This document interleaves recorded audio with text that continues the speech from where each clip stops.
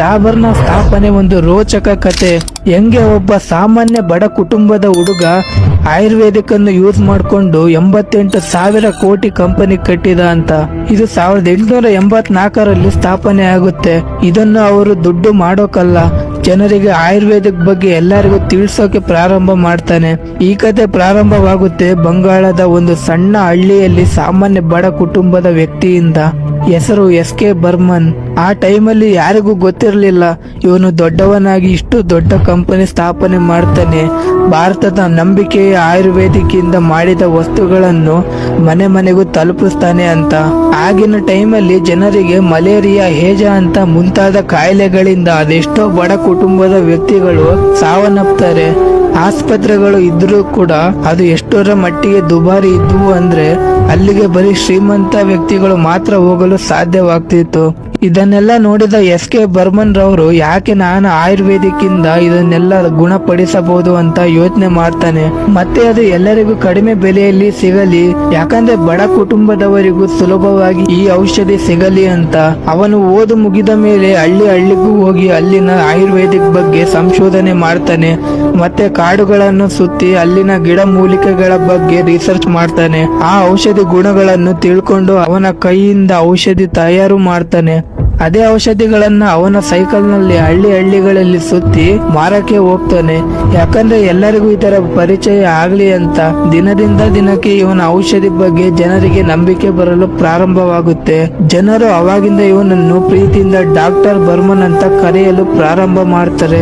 ಇಲ್ಲಿಂದನೇ ಡಾಬರ್ ಕಂಪನಿ ಸ್ಥಾಪನೆ ಆಗುತ್ತೆ.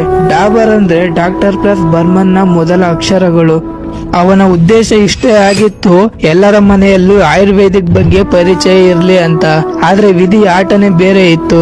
ಡಾಕ್ಟರ್ ಬರ್ಮನ್ ಅವರು ಸಾವನ್ನಪ್ತಾರೆ. ಆವಾಗ ಆ ಕಂಪನಿಯ ಪೂರ್ತಿ ಜವಾಬ್ದಾರಿ ಅವನ ಮಗನಾದ CL ಬರ್ಮನ್ ಮೇಲೆ ಬೀಳುತ್ತೆ. ಆದ್ರೆ ಇವನು ಅಪ್ಪನ ಕನಸನ್ನು ಇನ್ನೂ ದೊಡ್ಡದಾಗಿ ಮಾಡ್ತಾನೆ. ಅವನು ಇದರ ಬಗ್ಗೆ ಮತ್ತಷ್ಟು ರಿಸರ್ಚ್ ಮಾಡ್ತಾನೆ. ಅದನ್ನು ಒಂದು ಬ್ರಾಂಡ್ ರೂಪದಲ್ಲಿ ಬದಲಾಯಿಸ್ತಾ ಬರ್ತಾನೆ. ದೇಶ ವಿದೇಶಗಳಲ್ಲಿ ಅದನ್ನು ಮಾರಲು ಪ್ರಾರಂಭ ಮಾಡ್ತಾನೆ.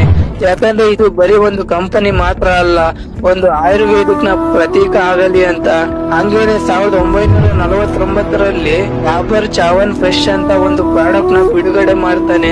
ಈ ಪ್ರಾಡಕ್ಟ್ ಇಡೀ ಭಾರತದಲ್ಲಿ ಸುದ್ದಿ ಆಗುತ್ತೆ. ಎಲ್ಲರೂ ಹೆಚ್ಚಾಗಿ ಉಪಯೋಗಿಸಲು ಪ್ರಾರಂಭ ಮಾಡ್ತಾರೆ. ಇದೇ ರೀತಿ ಇವನು ಅನೇಕ ಪ್ರಾಡಕ್ಟ್ ಗಳನ್ನು ಎಲ್ಲರ ಮನೆಯಲ್ಲೂ ಉಪಯೋಗಿಸೋ ತರ ಮಾಡ್ತಾನೆ. ಮತ್ತು ಇದರ ನಿಜವಾದ ಪರಿಚಯ ಯಾವಾಗ ಆಗುತ್ತೆ ಅಂದ್ರೆ 1978ರಲ್ಲಿ ಕಂಪನಿ ಬಿಡುಗಡೆ ಮಾಡಿದ ಆಜ್ಮಲದಿಂದ. ಇದು ಸಣ್ಣ ಗುಳಿಗೆ ರೀತಿ ಇರುವ ಈ ಪ್ರಾಡಕ್ಟ್ ಎಲ್ಲರಿಗೂ ತುಂಬಾನೇ ಇಷ್ಟ ಆಗುತ್ತೆ. ಈ ಆಜ್ಮಲನ ಎಷ್ಟರ ಮಟ್ಟಿಗೆ ಜನರು ಉಪಯೋಗಿಸ್ತಾ ಇದ್ರು ಅಂದ್ರೆ ಈ ಕಂಪನಿ ಮೊದಲಿಗಿಂತ ಇನ್ನೂ ಎತ್ತರದ ಸ್ಥಾನಕ್ಕೆ ಹೋಗಿ ನಿಲ್ಲುತ್ತೆ.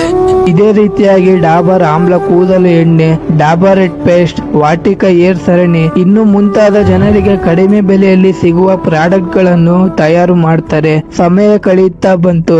ಡಾಬರ್ ಕಂಪನಿ ದಿನದಿಂದ ದಿನಕ್ಕೆ ಬೆಳೆಯುತ್ತಾ ಹೋಯ್ತು. ಒಂದು ಸಣ್ಣ ಹಳ್ಳಿಯ ಬಡ ಕುಟುಂಬದಿಂದ ಬಂದ ವ್ಯಕ್ತಿ ಜನರಿಗೆ ಆಯುರ್ವೇದಿಕ್ ಬಗ್ಗೆ ತಿಳಿಸಲು ಸ್ಥಾಪನೆ ಮಾಡಿದ ಈ ಕಂಪನಿ ಈಗ 88,000 ಕೋಟಿ ತನಕ ಬೆಳೆದು ನಿಂತಿದೆ. ಇದು ನಮಗೆ ಏನ್ ತಿಳಿಸುತ್ತೆ ಅಂದ್ರೆ, ನೀವು ಮಾಡೋ ಕೆಲಸ ನಿಯತ್ತಾಗಿದ್ರೆ ಒಬ್ಬ ಬಡ ಕುಟುಂಬದ ವ್ಯಕ್ತಿ ಕೂಡ ದೊಡ್ಡ ಸ್ಥಾನಕ್ಕೇರಿ ಅವನ ಹೆಸರು ಶಾಶ್ವತವಾಗಿರುತ್ತೆ ಅಂತ.